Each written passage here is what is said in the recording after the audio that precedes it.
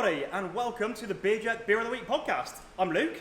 And I'm Stuart from Cowabunga Brewing. So we are here at Cowabunga today, and we're going to be drinking the Primo Extremo Porter. So while I pour these for us, Stuart, you're at Cowabunga. We're probably Auckland's newest brewery. We set up at the beginning of last year in Morningside. We've got a very small brew house, and we're able to do 600 litre batches, which gives us a little bit of wiggle room and playroom for creating some unique beers.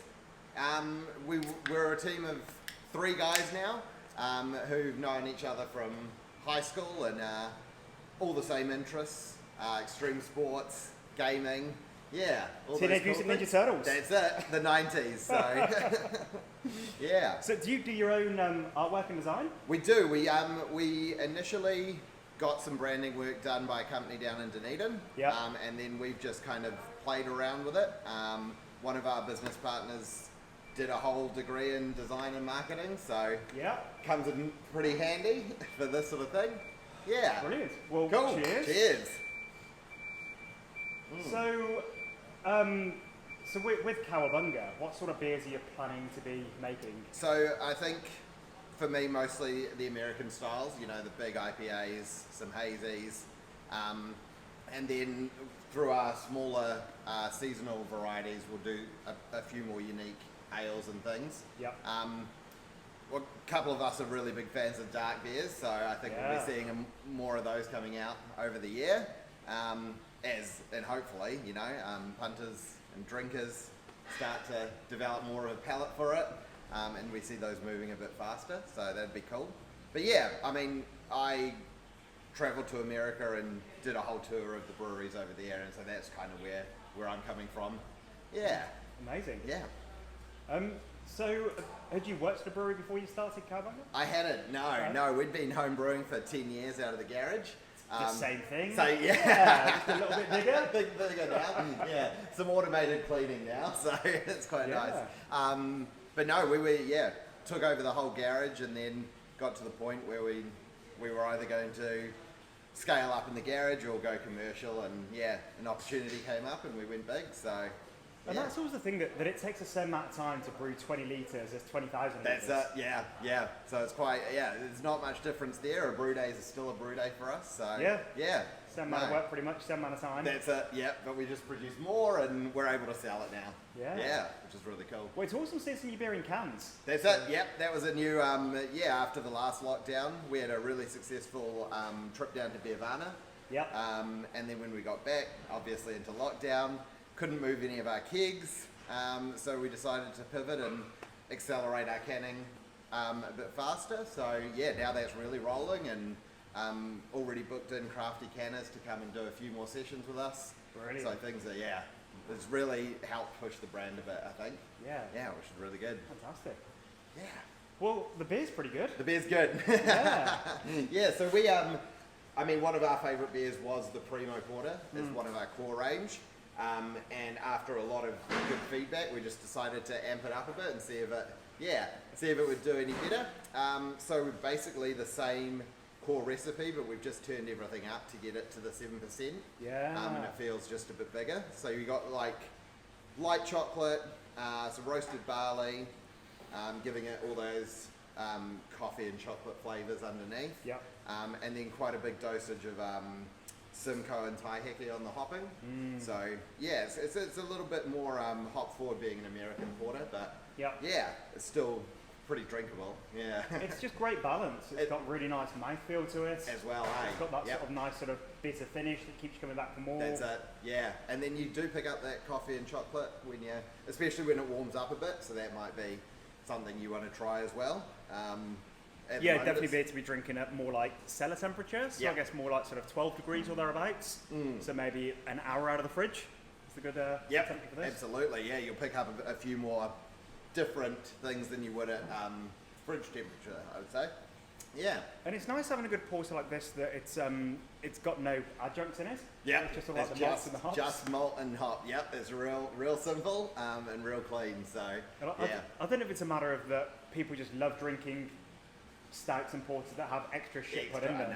Yeah. And it's just the brewers do that to keep them happy, or if it's that brewers are just excited by the idea of being able to chuck extra things in. Yeah, it's a weird one. I think it's a bit of both, eh? I mean, I think hopefully we start to see more classic. I mean, Burke's Brewing just won the best porter in New Zealand. So yeah, really cool to see some things like that happening, where dark beers are getting a little bit more into the limelight. But yeah, for us, I mean, we experimented with some lactose and things in the past and chocolate powder, but we just keep coming back to the standard, just malt and hops. Yeah. Yep. And I mean, for a reason. That's it. That's it. So yeah, we're trying to stick with that through some of our other beers as well. We got a couple of new releases that, you know, have some flavors that you would think would be added by adjuncts, but they're actually all malt and hops. So really cool. Cool. Yeah. Well, this is a really cool spot in Morningside. Mm-hmm. The question I'm sure everyone's asking you is, when are you opening your damn tap room? Yeah, that's been continuously pushed backwards. Yep.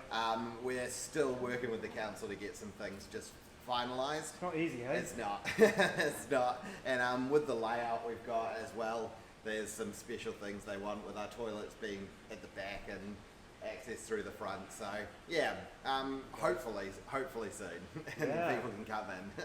I might need to move a few things around, I suppose. Yeah, that's it. We're working around the corner on the retail side of it, but hopefully. And the plan is that people will be able to drink on site, or will it be it'll be tastings. Yeah, tasting glasses. We're in discussions about maybe having cans, but we're still unsure about that. So yeah, we'll have some taps and tasting paddles ready to go. So that'll be brilliant. Push that, which will be good. Well, it'll be a good addition to the Auckland Beer Mart. It will be. Yeah, we can either be the start or the end. It's up to you. For everyone watching, a Beer Jerk on the website, we've got the Auckland Beer Mile box at the moment, which has got a couple of beers from all the breweries that are on Auckland Beer Mile, including the newest residents, Cowabunga. So you can't come and visit them and drink a beer here, but you can order the Beer Mile box and try a couple of other Cowabunga beers. It's got that, I actually haven't tried it yet. No, the smoked red. The smoked red, yeah. You happy with that one? Some real good feedback with that. It's turned out really good. And I think it really, take it outside and look at it in the sun, because it's just beautifully red and clear. So yeah, if you pick up one of those boxes, enjoy that. I love a bit of smoking a beer. Yeah, don't see it much, but it has turned out really well. Oh, and awesome that you're managing to scale up and get a few kegs around the country. That's it, hopefully, Yep. But still, on a brew kit this size, it's always going to be it's always tight, we're nearly at capacity, so yeah, that's the goal. But we've got plenty of room to expand, so I think that's You've got room. Yeah. We'll keep stocking your beers on the Beer Jerk website. Amazing. And, pouring a few things up at the fridge and flagging as well. Cool. Yeah, real good. Brilliant. All right. Well, anything you want to add about? No, just we've got a new seasonal line. We've called it Season 1, being our first major year in production. So we're releasing episodes 2 or 3 a month. So keep an eye out for those. They're very limited in supply because we're just putting them through our 2 smallest tanks. Cool. So if you get your hands on some, enjoy it.